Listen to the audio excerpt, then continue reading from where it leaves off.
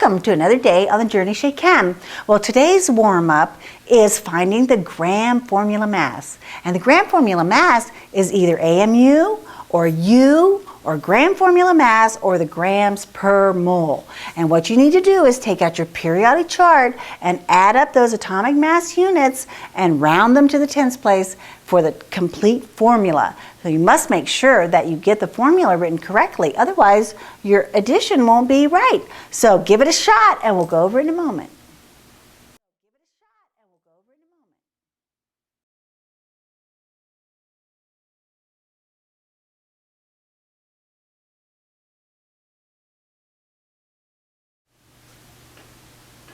In number 1, we are finding the gram formula mass, or the AMUs of these compounds. It is very important that we write the correct formula, because if I don't get the correct formula, then it doesn't matter what numbers I add together. They're not going to give me the answer I'm looking for. Now, sodium is +1 and phosphate is -3. The common multiple is 3, so I need 3 sodiums and 1 phosphate. Now, I'm going to need 3 sodiums in this compound, and each sodium has a mass of 23.0. And phosphorus is 31.0. And there are 4 oxygens, and 4 times 16.0. Now, I like to do these numbers again, and when I multiply 3 times 23, I get 69. And 31 and 64. And when I add these numbers up, I get 164.0 AMU or U or grams per mole or gram formula mass. In B, I have zinc, which is always +2, and acetate is -1. Zinc is one of my silly 6. ZnC2H3O2. And I need 2 of them to get my compound to 0. Now, zinc has a mass of 65.4. And I have 2 times 2 is 4 carbons. And that would be 4 times 12. And I have 6 hydrogens. And I have 4 oxygens. And I'm going to rewrite these with my multiplication. And I have 65.4 and 48.0, 6.0, and 64.0. And when I add up all of these numbers, I will get 183.4 grams per mole.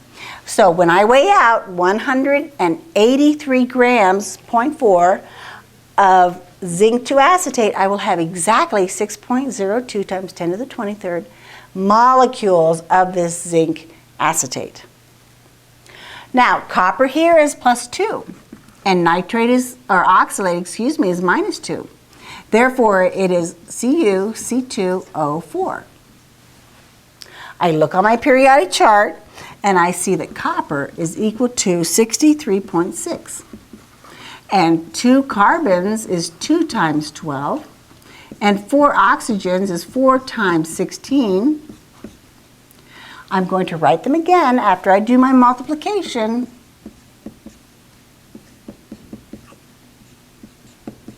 And when I add up all of these numbers, I'm going to get 151.6 grams per mole. Remember, it doesn't matter if I call it grams per mole or AMU or U or atomic mass units. They all represent the same thing. Iron here is +2. Nitrate is -1. My formula is FeNO3(2). Iron has a mass of 55.9. There are 2 nitrogens, 2, and nitrogen has a mass of 14.0. There are 6 oxygens, 6 times 16.0. I'm going to write them again after I do my multiplication. 55.9, 28.0, and 96.0. And when I add them together, I get 179.9 grams per mole. Now, to show you how this works, I want to show you a little example of some substances. I have some substances here that I have weighed out, and I know that they are exactly 1 mole. And 1 mole is equal to 6.02 times 10 to the 23rd particles. Now, those particles could be atoms or molecules or formula units or ions. Now, in this case, I have sulfur, and this is 1 mole of sulfur. I weighed out 32.1 grams of sulfur, and that gives me exactly 6.02 times 10 to the 23rd atoms of sulfur. And that would be 1 mole. I also have here 63.6 grams of copper. And copper is a solid here.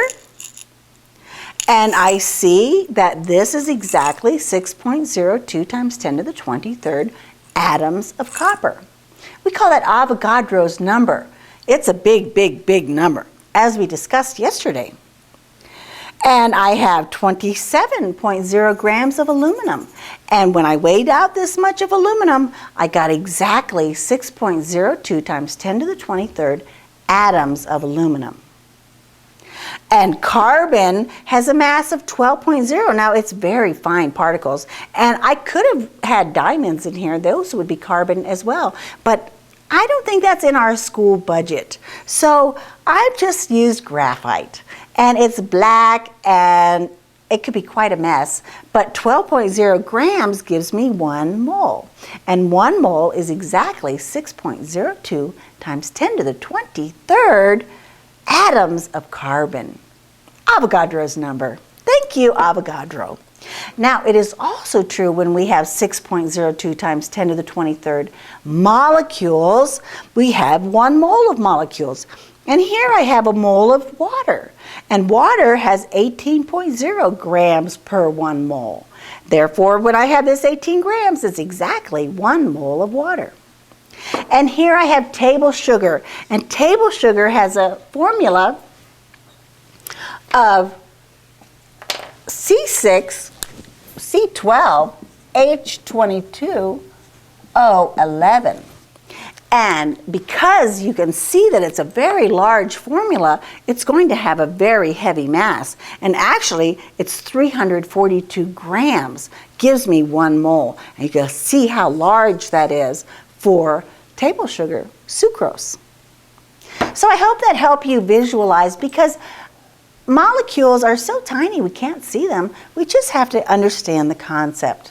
I hope that helped out. Now, in number 2, you need to understand the difference between an ionic compound and a molecule. Ionic compounds are salts, metals and nonmetals, or metals with polyatomic ions, and we call those formula units. They transfer electrons. And molecules are mostly nonmetals with nonmetals, and they share electrons. They are covalently bound. And that is the difference between them, is how they behave with their electrons. One transfers electrons in the ionic bond and shares electrons in the covalent bond. But we'll use those terms interchangeably. I just needed to make sure that you understood that there was indeed a difference in how the electrons behaved. Now, I'm going to give you 2 problems to do and some time to do that, and then we'll go over them because they will help you with tonight's assignment.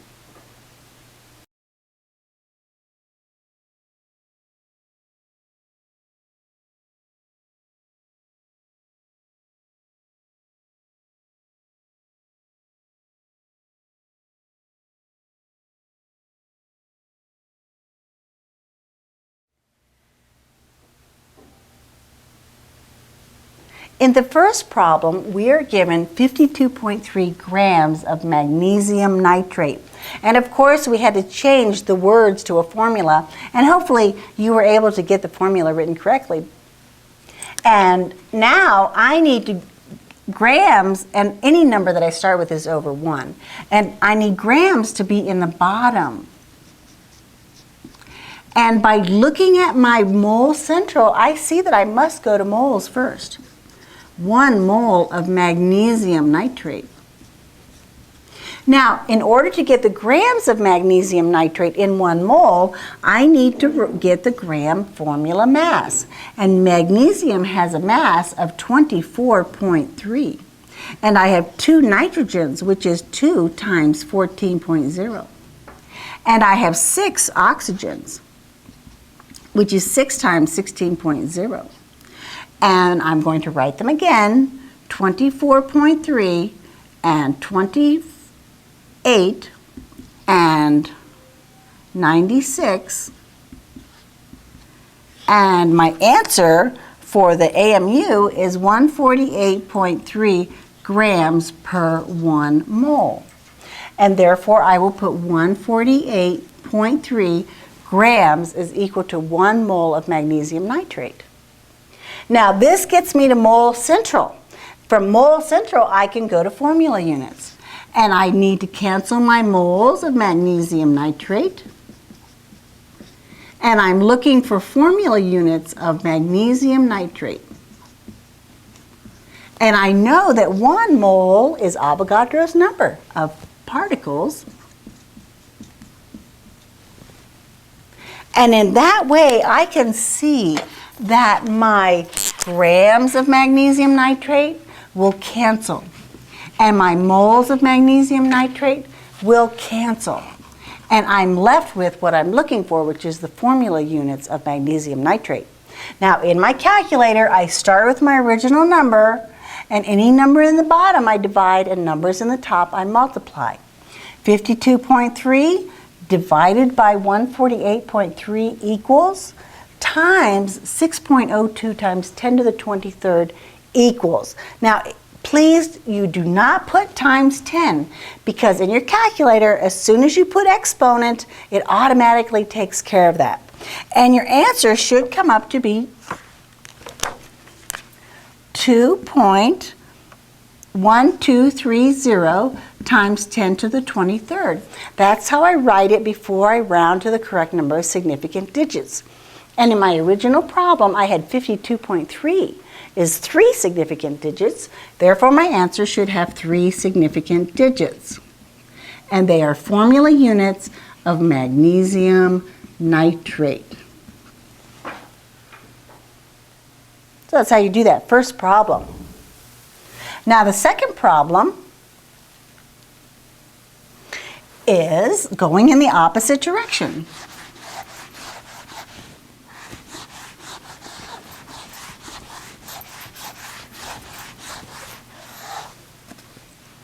I am given in number 2, 7.33 times 10 to the 23rd molecules of nitrogen 5 oxide. And again, it's very important that you get the formula correct. And my original number is always over 1. Now I have molecules here, so I need molecules of nitrogen 5 oxide in the bottom, and I must go to mole central. 1 mole of nitrogen 5 oxide is 6.02 times 10 to the 23rd molecules. And remember, in a conversion factor, the top and the bottom number must be equal to each other so that we're not really making any major change other than the form of the number. Once I get moles, then moles has to be in the bottom. And when I add 2 nitrogens is 2 times 14.0. And I have 5 oxygens, which is 5 times 16.0. And when I do that math, I get 108.0. So this would be 28.0 and 70.0. Is that 16 times 5? 6 times 5 is 3.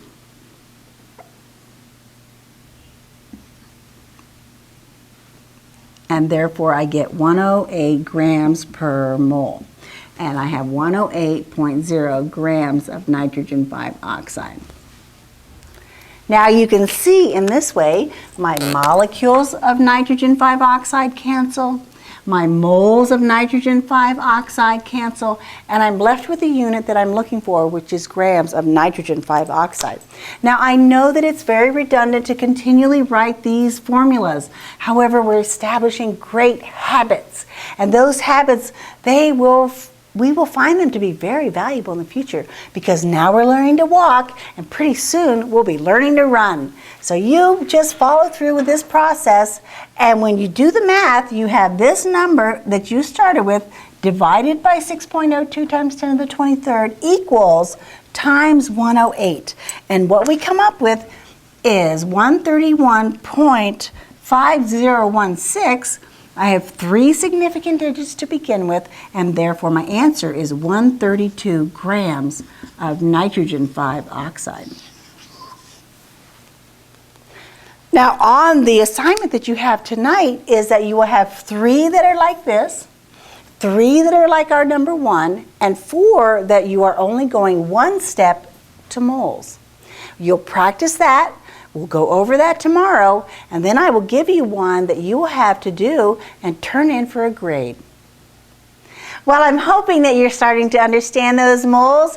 It can be a bit confusing, but you just hang in there, and I know you can do this. So give it a shot tonight, and we'll talk again tomorrow.